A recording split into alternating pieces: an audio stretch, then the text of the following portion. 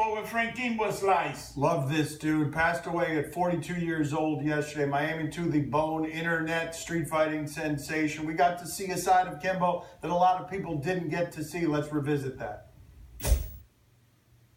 You were a strip club bodyguard. You were a bodyguard for a porn company in Miami. The craziest night that Kimbo Slice found himself in the middle of looked like what?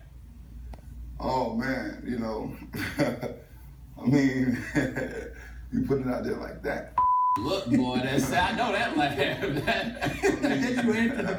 guess you answered the question. I mean, come on, man. I got my wife sitting over here right there. You know what I mean? No, we got to get to that saw. Like, you we're not trying to get you to snitch on yourself. Right now, man. Come on, buddy. No, we don't want you to tell on yourself. We want you to tell on other people. I mean, we got to do an exclusive. We got to do an exclusive, you know?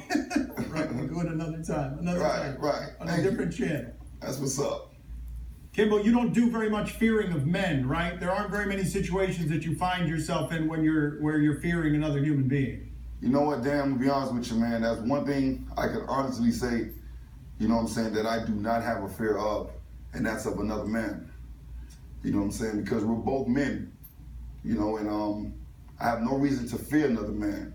I create my own kids, I create my kids, you know, with my wife. I mean, I create kids, I create my situations.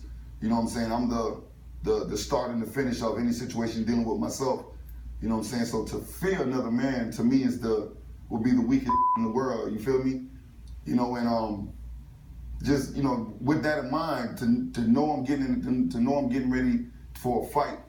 I mean, that's one thing I would never really even, you know, come across my mind, is the fear of this guy or his skills or his ability.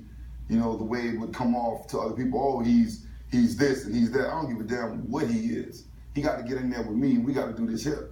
You know, so I mean, it's just the only thing that can happen is that I knock him out or he knock me out. Or I break something on him or he breaks something on me. Peel back, start from scratch, and we go again. Kimbo, what do you remember about the months after Hurricane Andrew, when Hurricane Andrew destroyed your home as a teenager? What do I remember about a little bit after Hurricane Andrew? Let me go back into my thoughts. I mean, I remember, you know, looking different. You know, the city as we knew it was changed completely. We had boats, buses in the middle of the streets. Trees were down, homes were demolished. You know, it was. I mean, when I first came out the room, when I first came out my house, you know, for moving all the debris and all that around, you know, we just went around looking for who would have survived or who you know, was dead or whatever. And I remember a lady screaming. One of my neighbors was screaming. It was still kind of raining, and we heard her crying, and we knew she had a kid. So I remember now really going straight to her duplex and just folded in, and we helped pull her and her kid out, and we brought them back to our spot. That's one of the things we did, like right after hurricane. Right, I mean, in the middle of the eye. I can remember the eye kind of came by, but it was still happening. But we was already out trying to save people. Can you explain to us how long you found yourself living in your car and what that was like? You know, at one time I was homeless. At one time I had to live in my car. I was living in my car for a couple of months just because, you know, I had ego. I had a little ego at the time, you know, and I had lost my job, and that took me into another type of life that I had to live, because I started working at the time in a strip club, and I had to become another type of dude.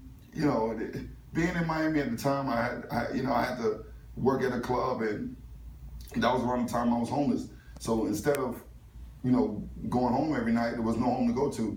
I would just park my car around back and just sleep in the car and be right back there at work for the next day.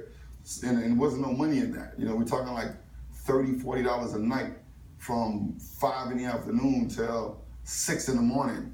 You know, and you're hoping that you'll make a little tips by these guys coming in, you know, giving you $1 at the door. You know, how many dollars you think you're gonna get?